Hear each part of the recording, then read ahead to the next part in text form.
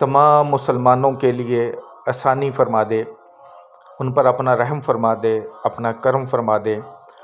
جو پریشان ہیں، کسی تکلیف میں ہیں، کسی مصیبت میں ہیں، اللہ اپنے غیب کے خزانوں سے ان کی مدد فرما دے۔ جو بے اولاد ہیں، جن کی اولاد نافرمان ہے، اللہ ان کے لیے نیک اور صالح اولاد اپنے غیب کے خزانوں سے دے دے۔ جو بچے بچیاں رشتوں کی وجہ سے پریشان ہیں، جن کے ماں باپ بہن بھائی پریشان ہیں، اللہ ان کے لیے نیک اور صالح رشتے عطا کر دے۔ جو بے روزگار ہیں، تنگ دستی کی زندگی گزار رہے ہیں، اللہ اپنے غیب کے خزانوں سے ان کو اتنا دے کسی چیز کی کمی نہ رہے۔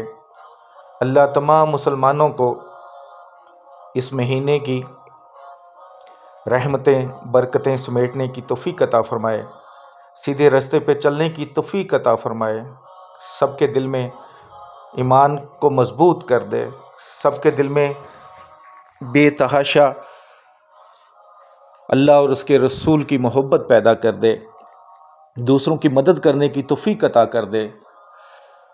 جو بہن بھائی ناراض ہیں، اللہ ان کے دلوں میں ایک دوسرے کے لیے محبت ڈال دے۔ آمین ثم آمین۔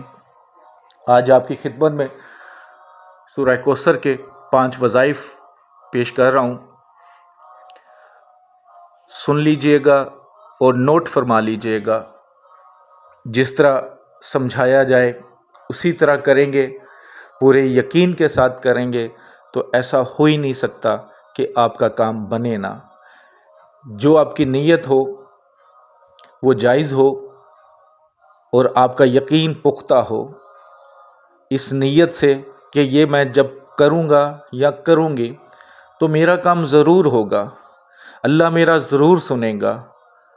جب یقین کامل ہوگا تو آپ کے کام بھی بہت جلدی بن جائیں گے انشاءاللہ۔ جیسا کہ آپ بہت سارے میرے بھائی بہن جانتے ہوں گے کہ میں اکثر بچیوں کے رشتوں کے لیے آپ سے اپیل کرتا رہتا ہوں، تو اسی طرح ایک میری بہن، ایک میری بچی کی شادی ہے جمعہ کے دن، تو جو میرے بھائی بہن اس کی مدد کرنا چاہیں، جو حقدار ہے پاکستان سے یا پاکستان سے باہر سے، یہ میں آپ کو بینک اکاؤنٹ بھی شو کر رہا ہوں، جائز کیش ایزی پیسہ بھی شو کر رہا ہوں، آپ اس میں سینڈ کر کے مجھے بتا سکتے ہیں۔ اسی طرح جو میرے بھائی بہن ایسے لوگوں کی مدد کرنا چاہتے ہیں جن کے بچوں کے پاس جوتی کپڑا نہیں ہے، جو بیمار ہیں، ان کے پاس دوائی کے پیسے نہیں ہیں، جو میری بہنیں دوپٹے کے بغیر ہیں، جن کے کپڑے پھٹے ہوئے ہیں، جو اپنی نیک کمائی سے، اپنے زکوٰۃ صدقات سے ان کی مدد کرنا چاہیں، وہ بھی اسی طرح بینک اکاؤنٹ میں یا جائز کیش یا ایزی پیسہ کر کے بتا سکتے ہیں۔ جو میں آپ کی خدمت میں 5 وظائف شو کر رہا ہوں جو آپ کو سکرین پر نظر آ رہے ہیں، تو سب سے پہلا جو وظیفہ ہے، جو میرے بھائی بہن بے تحاشا دولت چاہتے ہیں کہ وہ دولت مند بن جائیں، امیر بن جائیں، وہ اس نیت سے اس وظیفے کو کریں کہ جو بھی اللہ ان کو دے گا اس کا ایک حصہ اللہ کی راہ میں، دوسرے غریبوں میں، بہن بھائیوں میں، رشتہ داروں میں، ہمسایوں میں وہ بانٹیں گے جو اس کے حقدار ہوں گے۔ تب یہ وظیفہ شروع کریں، دن میں کسی بھی ٹائم، جب بھی ٹائم ملے بیٹھ جائیں، بس شرط یہ ہے کہ جب بیٹھ جائیں تو پھر پڑھتے وقت بات چیت نہ کریں، پہلے 11 بار درود شریف پڑھ لیں، اس کے بعد 139 ٹائم 139 بار سورہ کوثر پڑھ لیں، اس کے بعد پھر 11 بار درود شریف پڑھیں۔ پڑھتے وقت بات چیت نہیں کرنی۔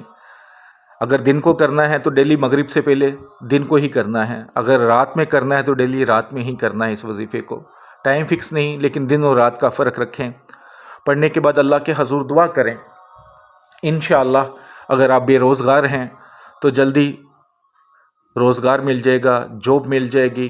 اگر آپ کے کاروبار میں برکت نہیں ہے، کاروبار ہے لیکن اس میں پیسہ نہیں بچتا، تب بھی یہ وظیفہ کر سکتے ہیں۔ گھر میں پیسہ آتا ہے لیکن اس میں برکت نہیں ہوتی، پتہ نہیں چلتا کہ وہ کہاں کیسے ختم ہو گیا، تب بھی یہ عمل کر سکتے ہیں۔ انشاءاللہ اس کی برکت سے، اس وظیفے کی فضیلت سے انشاءاللہ آپ کے ہاں دولت کی ریل پیل ہو جائے گی، دولت کی کمی نہیں رہے گی۔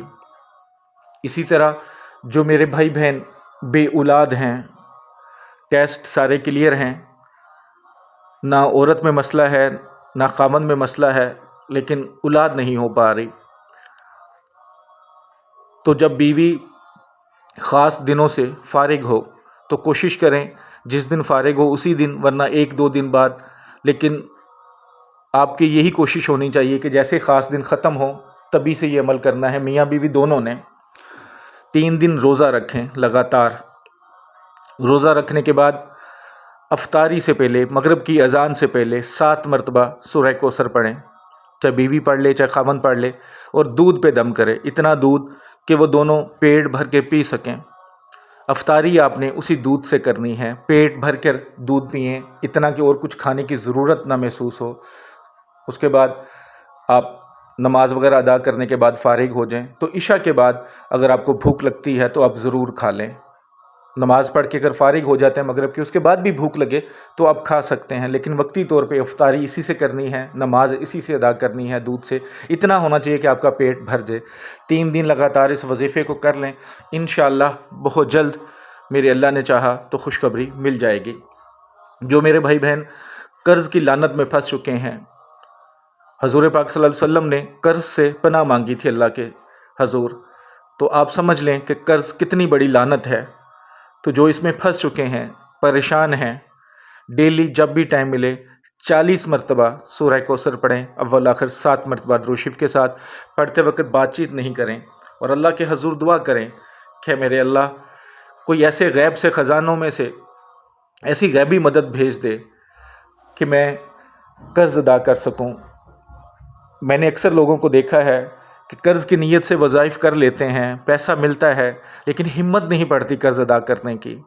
تو ایسا مت کریں، اگر اللہ آپ کو عطا کر رہا ہے تو سب سے پہلے اپنا قرض ادا کریں، تھوڑا تھوڑا کر کے ادا کر لیں، لیکن قرض ضرور ادا کر لیں۔ اگر ایک بار سارا نہیں دے سکتے لیکن تھوڑا تھوڑا کر کے کر سکتے ہیں تو ضرور کر لیں۔ ایسا نہیں کہ آپ وظائف کریں، اللہ کے سامنے روئیں، اللہ آپ کو پیسے عطا کر دیتا ہے لیکن آپ قرض ادا نہ کریں۔ تو اللہ سے یہ دعا کریں کہ یا اللہ مجھے غیب سے اتنا دے دے، یا غیب سے مدد فرما دے کہ قرض میرا خود بخود ادا ہو جائے۔ تو روزانہ جب تک آپ کا قرض ادا نہ ہو جائے 40 مرتبہ سورہ کوثر پڑھیں، انشاءاللہ تعالی میرے اللہ نے چاہا تو بہت جلد آپ اس لعنت سے چھٹکارا حاصل کر لیں گے۔ جن میرے بھائی بہنوں کی اولاد نافرمان ہو چکی ہے، اگر وہ آپ کے گھر میں رہتی ہے، گھر میں سوتی ہے، تو جب وہ سوئی ہو، چاہے وہ بچی ہے چاہے وہ بچہ ہے، چاہے وہ چھوٹا ہے چاہے وہ بڑا ہے، اس کے پاس بیٹھ جائیں، 21 مرتبہ سورہ کوثر پڑھیں، اول آخر 3 بار درود شریف کے ساتھ پڑھ کر اس کے دائیں کان میں پھونک مار دیں۔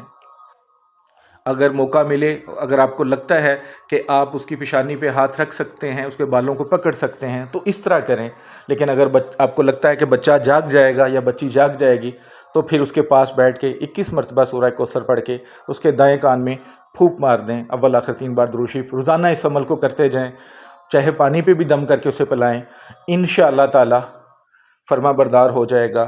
اگر یہ رات میں عمل نہیں کر سکتے، صبح فجر سے پہلے کر سکتے ہیں تب بھی کر سکتے ہیں، یا دن میں موقع ملے تو تب بھی کر سکتے ہیں، لیکن بلا ناغہ اس عمل کو آپ نے جاری رکھنا ہے، بلا ناغہ اس وظیفے کو کرنا ہے انشاءاللہ۔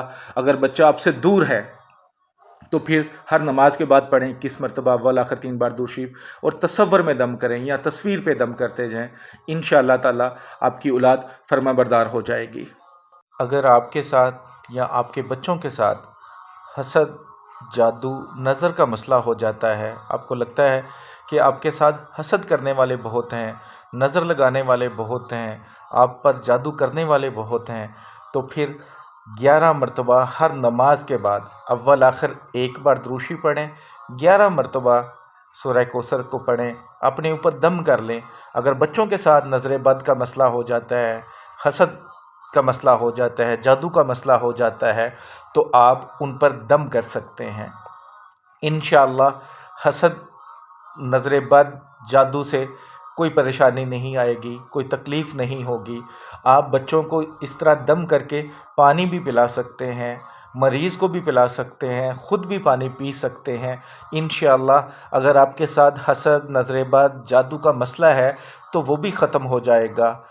امید کرتا ہوں کہ آپ کو اچھے سے سمجھ آ گئی ہوگی، اور یقین رکھتا ہوں کہ پورے یقین کے ساتھ آپ ان عملوں کو کریں گے، اپنی زندگی کا حصہ بنائیں گے۔ اللہ تعالی ہم سب کو اس بابرکت مہینے میں اپنا رحم فرما دے، ہم پر اپنا کرم فرما دے، سیدھا رستہ دکھا دے، سیدھے رستے پر چلنے کی توفیق عطا فرما دے، بزرگوں کی عزت کرنے والا بنا دے، بچوں سے محبت کرنے والا بنا دے۔ دعاؤں میں یاد رکھیے گا خاص طور پر۔ السلام علیکم ورحمۃ اللہ وبرکاتہ۔